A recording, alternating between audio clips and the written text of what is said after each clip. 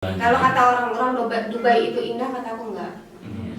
Waktu itu saya dijanjiinnya gajinya 7 juta. Kalau dirupiahkan 7 juta. Oh, besar dia.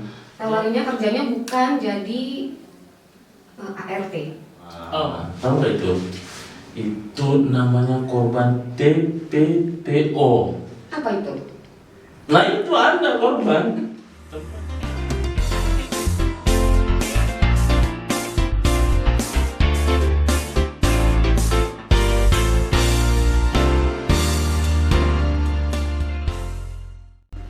Assalamualaikum warahmatullahi wabarakatuh.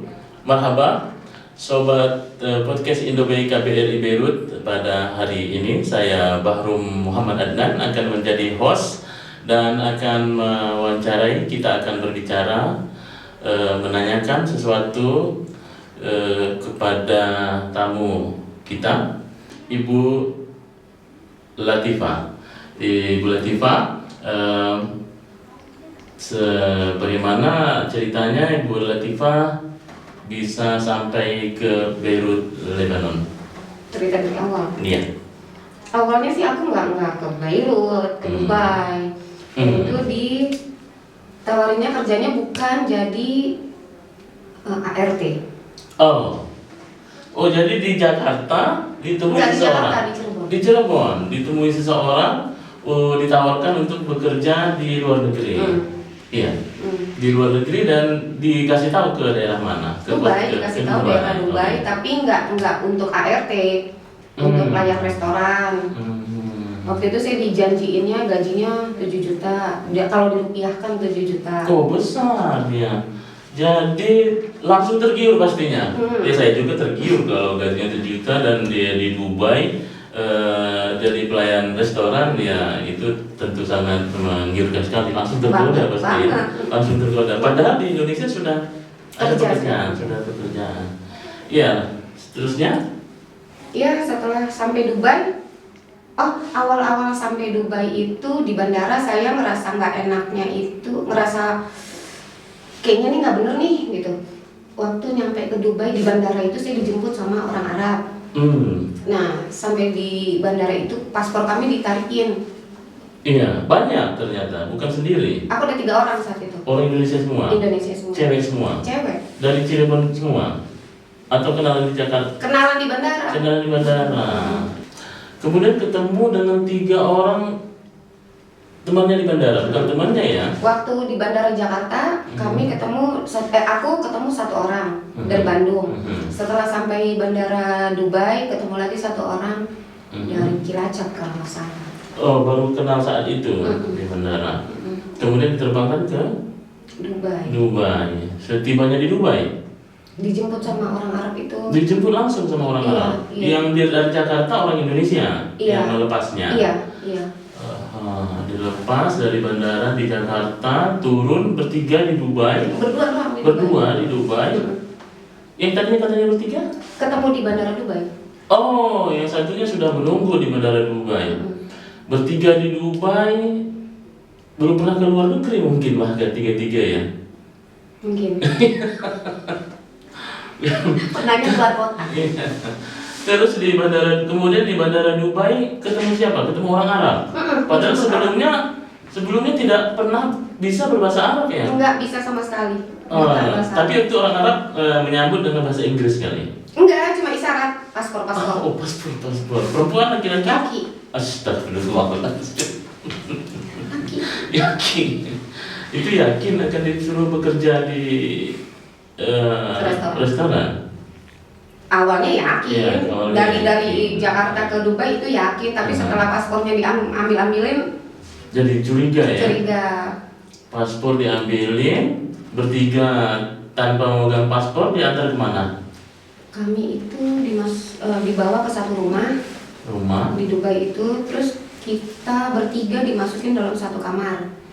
Dan di kamar itu bukan cuma kita bertiga, ada lagi orang nggak tahu itu orang Kenya atau orang Sudan. Oh iya, apartemen atau rumah ya, rumah sendiri gitu. Iya. Pakai villa lah ya bisa dikatakan, karena rumah sendiri di Arab itu susah, jarang adanya apartemen besar. Ini rumah pakai pagar. Oh iya, berarti berarti memang disiapkan penampungan yang seolah-olah itu berkelas gitu ya, karena susah sekali kita menemukan di Arab ini rumah sendiri. Kemudian di rumah itu bergabung dengan orang lain. Iya. Berapa lama ditahan? Aku nyampe subuh jam 5. Terus jam 11 kalau nggak salah. Jam 11. Jam 11 kami dibawa ke kantor. Oh, Kantor agent. Kantor agent. Ya. Hanya sebentar saja sih di rumah itu ya. Tapi di kantor itu aku cuma bikin video memperkenalkan diri. Oh. Setelah itu kami balik lagi ke kamar yang tadi itu, ke rumah yang tadi itu. Ada kecurigaan nggak? Kok? Banget. Oh iya, karena tiba-tiba membuat video ya, artinya ini mempromosikan seseorang untuk ditempatkan di mana gitu. Kalau seandainya sudah di restoran ya, sudah pasti kamu langsung bekerja di restoran ini tanpa harus membuat video segala. Berarti sudah ada kecurigaan saya ini mau dijual. Iya. Sudah ada ya. pikirannya sakit Waktu hati membuat gitu. video itu sudah ada kecurigaan seperti itu. Tapi ternyata benar ya. Ya. Tidak bekerja di restoran. Tidak. Dari situ langsung diantar ke rumah majikan. Oh belum, kami masih nginep dulu di rumah yang sama itu. Kalau bikin video kami balik lagi. Oh, bikin videonya bukan di rumah itu? Bukan di kantor. Di kantor, ya. Balik lagi ke rumah. Besok paginya aku dibawa lagi ke kantor, terus dibawa ke rumah majikan itu. Saat itu dibilangnya karena belum ada yang kosong untuk posisi saya di restoran. Oh, dia tetap memberikan alasan ya, seolah-olah dia ingin agar Anda tetap bahagia di sini. Kita hanya proses menunggu, sementara kamu kerja di rumah seperti di rumah bekerja rumah tangga. Mungkin maksudnya supaya apa itu? Supaya Anda betah saja mungkin ya. Mungkin karena kan baru sampai ya. Iya. Biar aman saya ini yang nggak. Iya. Kemudian berapa lama itu? Apa Di rumah itu? Di rumah yang mana? Di rumah yang bekerja di rumah katanya sementara 2 hari, Iya, 3 minggu. 3 minggu. Oh, bisa bertahan 3 minggu. Ngapain aja 3 minggu? Apa pekerjaan yang dilakukan selama 3 minggu? Semuanya. Semua baru merasakan ya. Oh, ternyata saya jadi pekerja rumah tangga gitu. Iya. Bagaimana beratnya ya, di rumah sendiri aja mungkin Nggak malas. pernah. Apalagi tujuan kerja ke luar negeri itu hanya untuk menjadi apa tadi? Waiters. Iya ya, pastinya sangat terkejut dan menjadi beban Batin. ya. Nangis. Banget. Minta pulang iya. Minta pulang ke majikan. Majikan jadinya setelah 3 minggu ya. Wah, setelah 3 minggu. Kemudian setelah 3 minggu kemana? Setelah 3 minggu di Dubai, majikan mau pindah ke Lebanon. Nah, iya. Itulah asal usulnya bisa tiba di Lebanon. Welcome. Tahu nggak Lebanon ini negeri siapa? Saya dari Kimpulan. Ya, seandainya datang kemari untuk wisata, indah sekali. Indah. Sayangnya datang kemari ya. karena kejebak. Ya. Dan bisa kaburnya di sini. Bisa kaburnya di sini. Alhamdulillah bisa kabur. Bisa. Ya, alhamdulillah. Jadi dipekerjakan di Lebanon. Oh, kenapa dibawa ke Lebanon? Karena majikan itu sebenarnya orang sini kan. Oh, ternyata dia orang Lebanon yang bekerja di Dubai. Iya. Orang Lebanon yang bekerja di Dubai, mungkin mau liburan. Enggak, memang untuk tetap tinggal di sini selamanya. Tapi saya kedatangan Anda ke Lebanon juga kalau baru sudah berapa lama sini? Di sini Di Lebanon, datang ke Lebanon itu 3 total bulan yang lalu. sampai hari ini. Iya. 3 bulan, 4 hari. Iya. Ya, memang kebetulan kedatangannya ke Lebanon juga, suasana Lebanon ketika itu 3 bulan yang lalu, bahkan dalam setahun yang berlalu, Lebanon sedang krisis ekonomi, harga dolar ke liranya melonjak, sehingga para majikan seperti yang mempekerjakan orang asing tidak sanggup membayar dengan dolar. Banyak yang dipulangkan. Seandainya pun kedatangannya ke Lebanon pada waktu Lebanon lagi jaya-jaya, ya memang pasti Anda juga tidak betah tinggal di sini karena tujuannya bukan untuk bekerja di rumah tangga. Terus bagaimana kesan-kesan selama di rumah orang Lebanon yang di Lebanon? Kenapa harus lari juga? Aku sih sebenarnya dari Dubai memang udah nggak pengen gitu. Cuman kayaknya di Dubai itu aku buta aja gitu. Oh, sejak dari Dubai sebenarnya sudah ingin Ada kabur, niat, ada sudah niat. kabur ya. Begitu sudah ketahuan ini nggak bakal terjadi, itu udah niat kabur itu sudah ada. Jadi ketika sampai Lebanon ada kesempatan untuk kabur. Iya. Ya, bagaimana itu cara bisa sampai ke KBRI prosesnya? Bisa sampai ke KBRI, aku cari tahu hotline KBRI. Oh iya. Iya. Iya, itu jadi pelajaran lah ya. Iya. Kemana-mana pun kita pergi, tetap dicari kepala perwakilan di negara setempat. Gampang nggak cara mendapatkan hotline KBRI? Gampang. Gampang ya, hanya di Google Indonesian Embassy Lebanon langsung Iya. keluar hotline. Iya. Ketika dapat hotline nomor itu, gimana perasaannya? Wah, Kayak nemu emas. ketemu saya apa bukan Mas?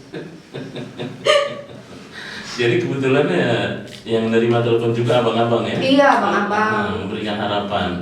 Iya.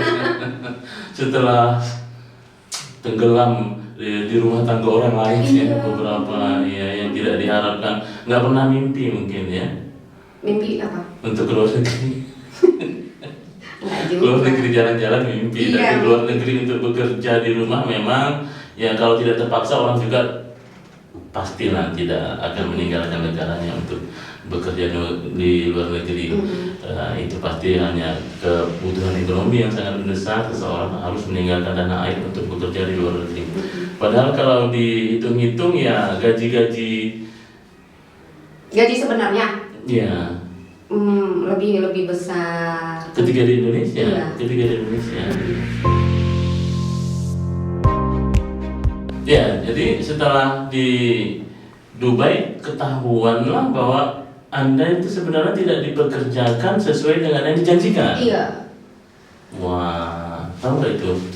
Itu namanya korban TPPO. Apa itu? Nah itu Anda korban tempat penginapan orang-orang tindak pidana perdagangan orang.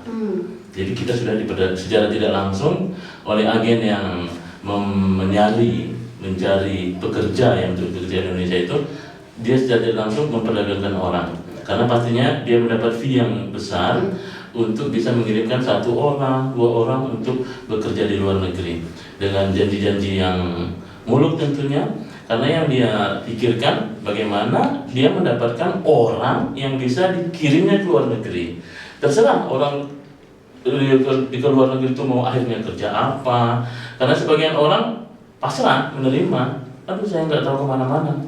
Tapi kalau yang dikirim itu adalah orang yang mengerti, dia pastinya seperti Ibu Latifah ya, bisa langsung menghubungi KBRI dan mengadukan halnya dan bisa kabur ke KBRI Dari lantai 12 loh, dari Pak, lantai saya lari. 12. Nggak main-main kakinya. Enggak. Udah semangat mau lari ya, kayak dikejar-kejar Iya. bumbung dong ya. Lihat ke belakang, lihat ke belakang. Padahal dari lantai 12 turun tangga belakang, Iya. tangga darurat. Iya. Itu saya ada tangga darurat di belakang KBRI, saya nggak pernah itu turun. Coba Pak, biar tahu Iya, rasanya. iya. Tapi saya harus jadi tim PPO dulu. Iya, sok. Iya. Terus akhirnya sampai ke KBRI kan? Iya. Iya. Bagaimana KBRI memperlakukan atau menyambut atau membantu warga negaranya di luar negeri? Khususnya KBRI Beirut.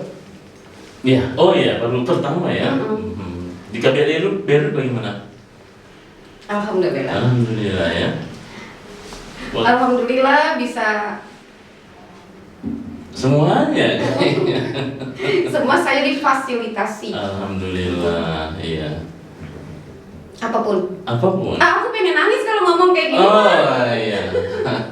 Karena itu dari hati dan merasa tiba-tiba ketika galau, ketika sedang dalam keadaan ketakutan, bertemu dengan saudara-saudara di Iya. perwakilan. Ketika pertama kali sampai di sini saya nginjekin kaki di KBRI Beirut ini. Langsung plong, aman. Oh, aku Bukan aman, rasa kayaknya aku terlindungi. Oh, aku pulang. Ini tanah Indonesia ini. Ini negara kita belum beli pun udah tanah Indonesia. Iya, alhamdulillah. Ya, alhamdulillah ketemu dengan staf-staf KBRI, protokol konsuler, merasa aman, nyaman, menyerahkan diri. Iya, alhamdulillah. Jadi gendut dong lama-lama di sini ya. Naiknya banyak. Naiknya banyak. Iya, iya. Komunikasi dengan keluarga lancar. Alhamdulillah. Sudah punya keluarga? Sudah punya keluarga dalam artian Berkeluarga lagi. sudah berkeluarga ya, sudah punya anak.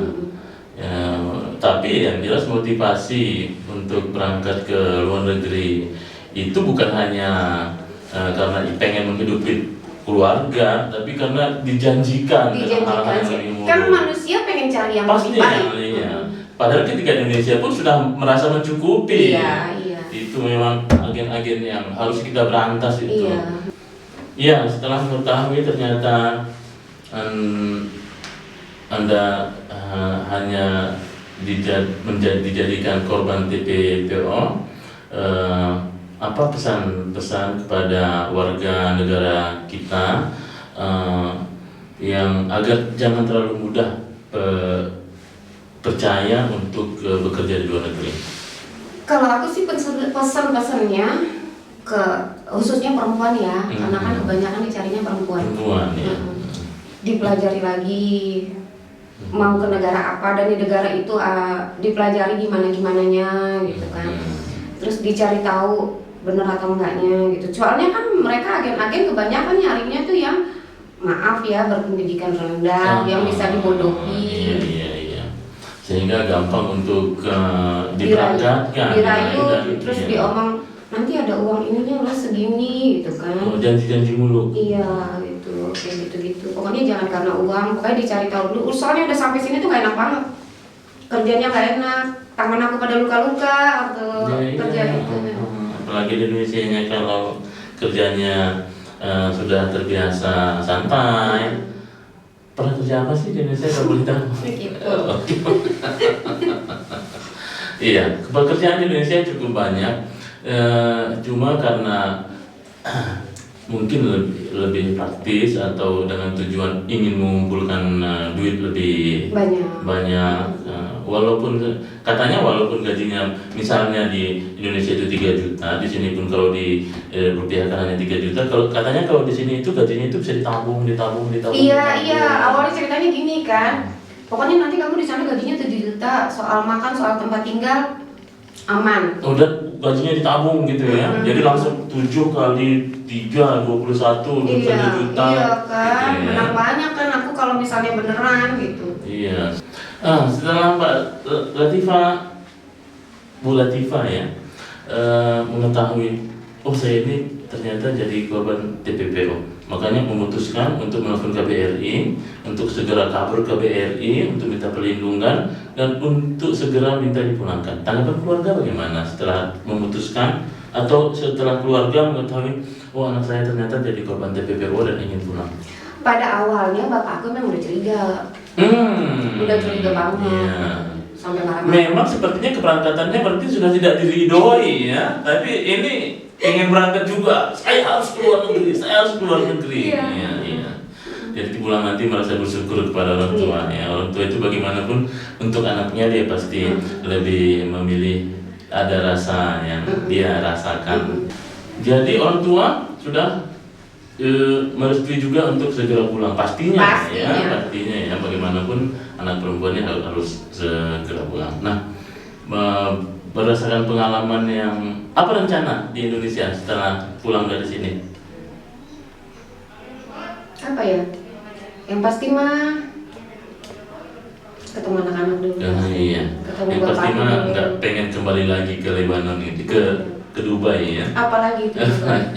Jadi pengalaman yang tidak mungkin diulangi lagi. Kalau kata orang-orang Dubai itu indah, kataku enggak. Iya. Lebanon indah. Lebanon indah. Ya, Lebanon, Dubai itu indah, tapi kalau kita datangnya bulan madu.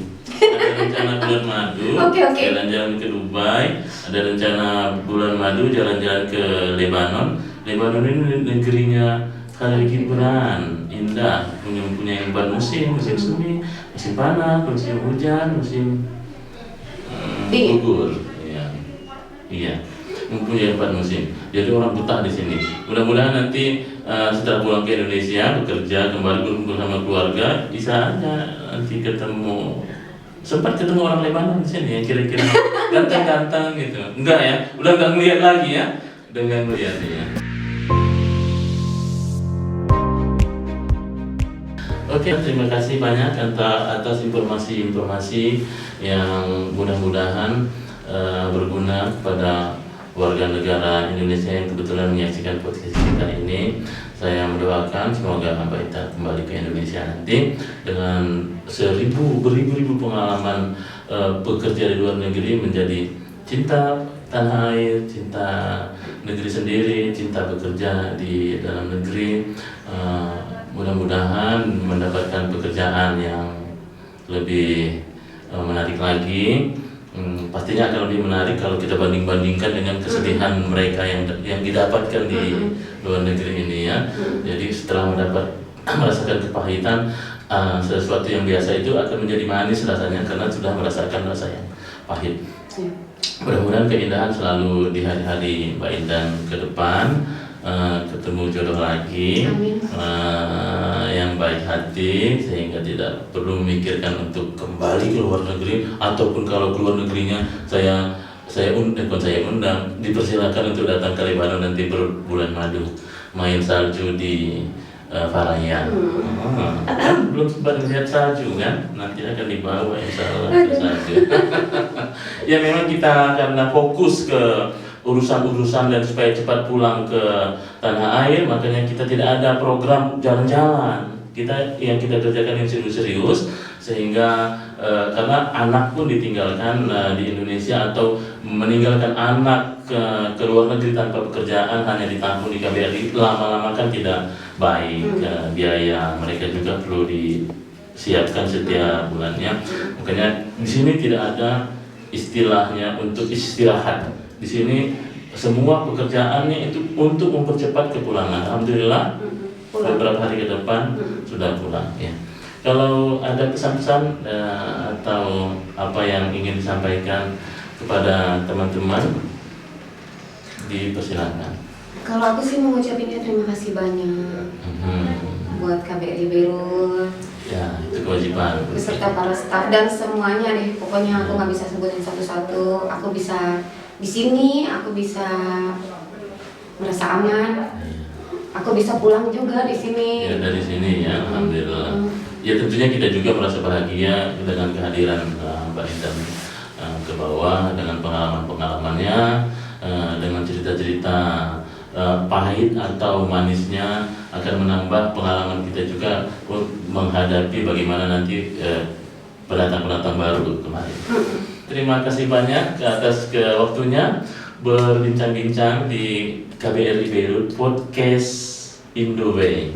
Sama-sama Pak. Ya mudah-mudahan sharing-sharingnya ini menjadi pelajaran kepada atau ambil manfaat yang ada di dalam video ini.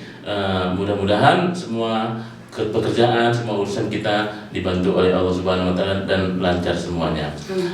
Hanya sampai di sini pertemuan kita pada kesempatan yang berbahagia ini. Jangan lupa pantau terus podcast Indoway. Pantau terus dan sampai ketemu lagi di acara-acara berikutnya dan konten-konten kami yang pasti seru-seru. Bye bye dan sampai jumpa.